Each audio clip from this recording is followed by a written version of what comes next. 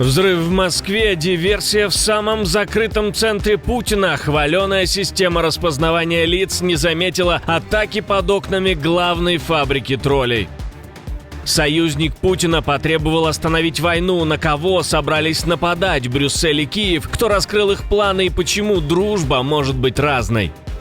Резкое решение. Одна из самых больших стран покидает Союз. Что может заставить государство выйти из ЕС на пике экономики? Москва объявляет спасательную операцию, правда в интернете. Российский МИД заявляет о госперевороте, пока в столице заблокировали главных блокировщиков. Об этих и других самых главных событиях утро пятницы 13 февраля. Из потока событий выбираем самые важные. В эфире «Нехта». Я Алексей Бурлаков. Спасибо, что остаетесь с нами. Удар по секретным технологиям РФ, взрыв на западе Москвы, у здания главного научно-исследовательского вычислительного центра управления делами президента, главНИВЦ. Там героически загорелся, а потом и взорвался автомобиль. По данным пропагандистского канала ШОТ, вспыхнул Mercedes ML350. Внутри в момент взрыва никого не было. Путаница началась дальше. 112-й канал уточнил, что все произошло возле здания управления делами президента, а «Осторожные новости» связал место именно с главНИВЦ. В расследовании «Медузы» от 2019 года говорится, что главНИВЦ при управделами президента разрабатывал инструменты мониторинга и деанонимизации пользователей соцсетей. Важной историей в 2025 году называли его закрытым аналитическим центром, работающим в интересах ФСБ, ФСО, МВД и Минобороны. Там утверждалось, что главНИВЦ занимается массовой интернет-слежкой, использует ботов для продвижения кремлевской пропаганды и участвует в разработке общероссийской системы видеонаблюдения с распознаванием лиц, которую силовики применяют для облав на активистов и людей, пытающихся избежать призыва.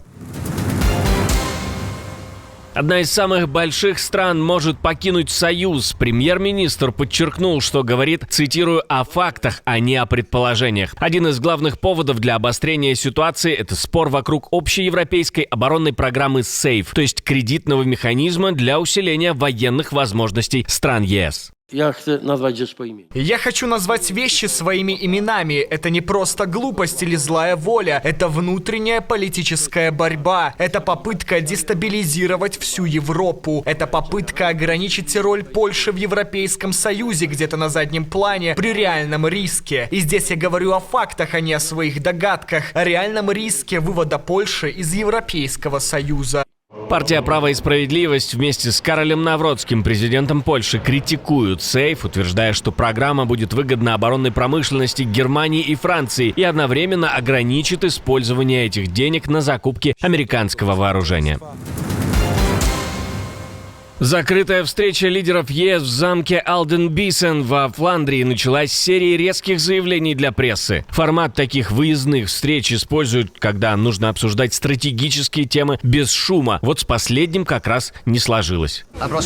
На следующей неделе мы внесем в Кабинет министров очень подробный пакет мер по изменению цен на энергию. Но это также европейский вопрос. Если мы не решим проблемы, существующие и на европейском уровне, мы не сможем ответить на самую серьезную угрозу конкурентоспособности наших предприятий. Стоимость энергии. Место выбрали из-за требований безопасности, возможностей для работы делегаций и прессы, а также из-за символики. Алденбисен называют одним из самых крупнейших замков в регионе между реками Луара и Рейн. Организаторы подчеркивают, что уединенная локация должна помочь вести более откровенный разговор вдали от брюссельской рутины.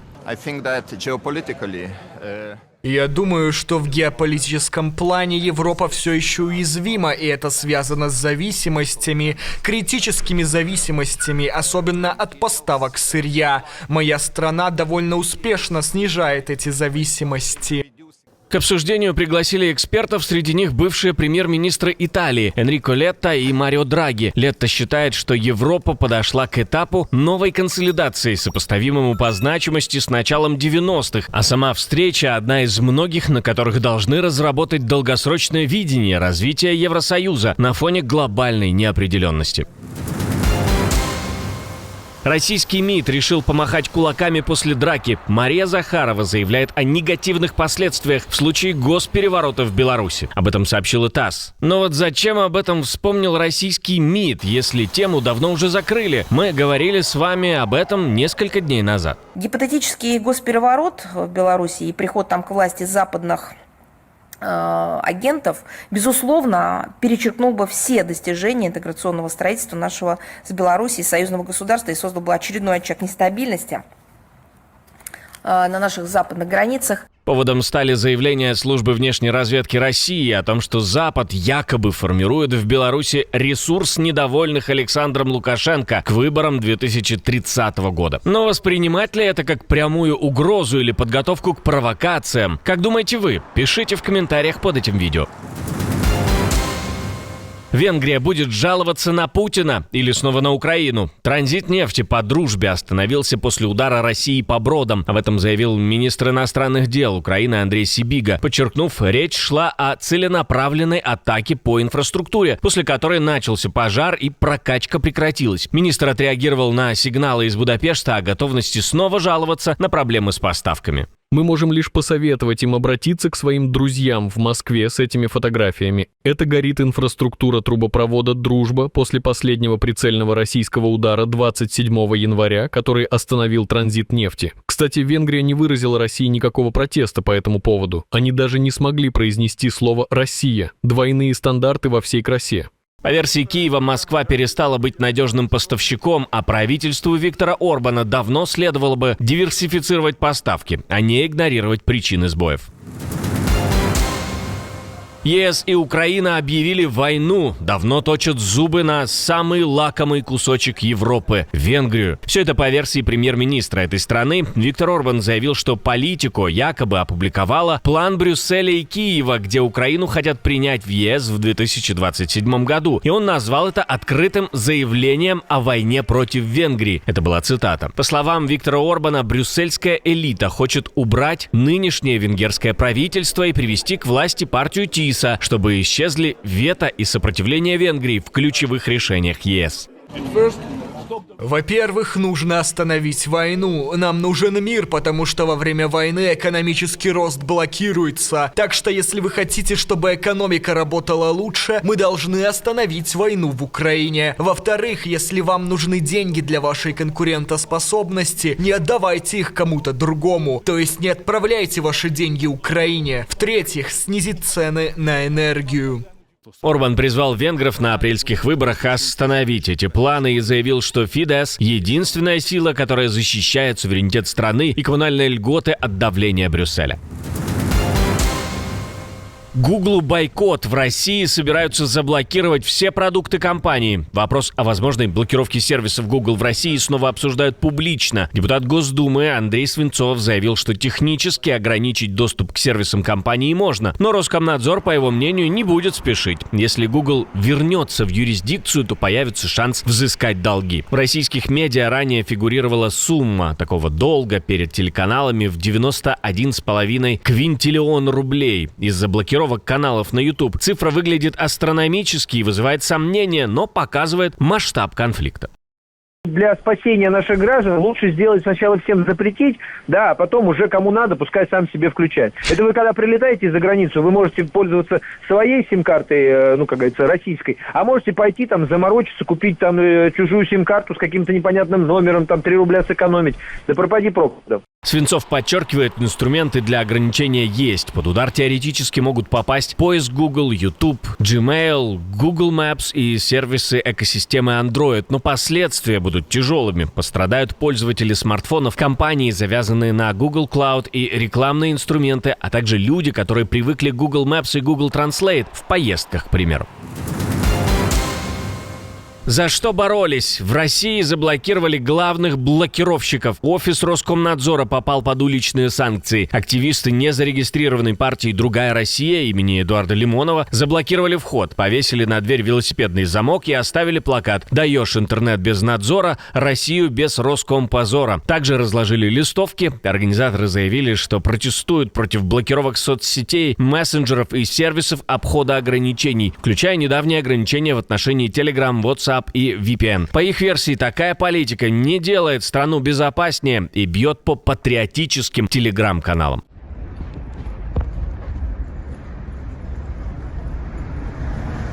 Похожий формат уже использовали раньше. В 2017 году активисты левого блока блокировали здание Роскомнадзора велозамками в знак протеста против цензуры. А в декабре 2025-го лимоновцы в Петербурге вывешивали баннер с обращением к Роскомнадзору. Ну а я хочу напомнить, что мы нашли решение практически на любую блокировку в интернет. Анонимно, удобно и безопасно с нашим VPN. Пользуйтесь на здоровье, а можно также оформить подарок на 14 февраля. Дорогие зрители, 14 февраля на кону. Вы помните эти 3 слова? Next Step VPN. Подарите близким. Об испытаниях, которые приносит погода прямо сейчас. Может быть, где-то смывает дом в реку, или река располагается прямо на улице. Сильный снегопад утром в четверг парализовал транспорт в горной провинции Хаккяри на юго-востоке Турции, у границ с Ираком и Ираном. Непроходимыми стали 20 дорог к деревням и 38 к мелким поселениям. За 3 часа на австралийский город Алис-Спринг обрушилось почти 100 миллиметров дождя, из-за чего река Тодд вышла из берегов и затопила переправы. К вечеру вода начала спадать, но спасатели предупреждают об опасных, быстрых течениях просто посреди улицы. В департаменте Кордова на севере Колумбии из-за наводнений и оползней с начала февраля погибли минимум 18 человек. Более 150 тысяч жителей были вынуждены покинуть дома, а около 80% территории оказалось под водой и с перекрытыми дорогами. В департаменте Од во Франции впервые почти за 20 лет зафиксировали штормовой ветер с порывами свыше 150 км в час. Повалены деревья, повреждены автомобили и перекрыты крупные дороги. Власти закрыли школы и общественные парки в качестве меры предосторожности. Ну а в прошлом выпуске мы с вами говорили об эвакуации за тысячи километров от фронта. НАТО официально выдвинуло ультиматум Кремлю. В Альянсе говорят так, будто бы уже знают, где может быть следующий удар. И предупреждают, ответ будет быстрым и разгромным для Москвы. 500 000 автомобилей под угрозой взрыва. Заводская проблема может привести к возгоранию даже во время движения. Если у вас авто этой марки, проверьте. Ну и скандал на Олимпиаде. Пытались замять по-тихому, но история вылезла наружу. Если вы еще не видели, обязательно посмотрите, а мы с вами встретимся уже вечером.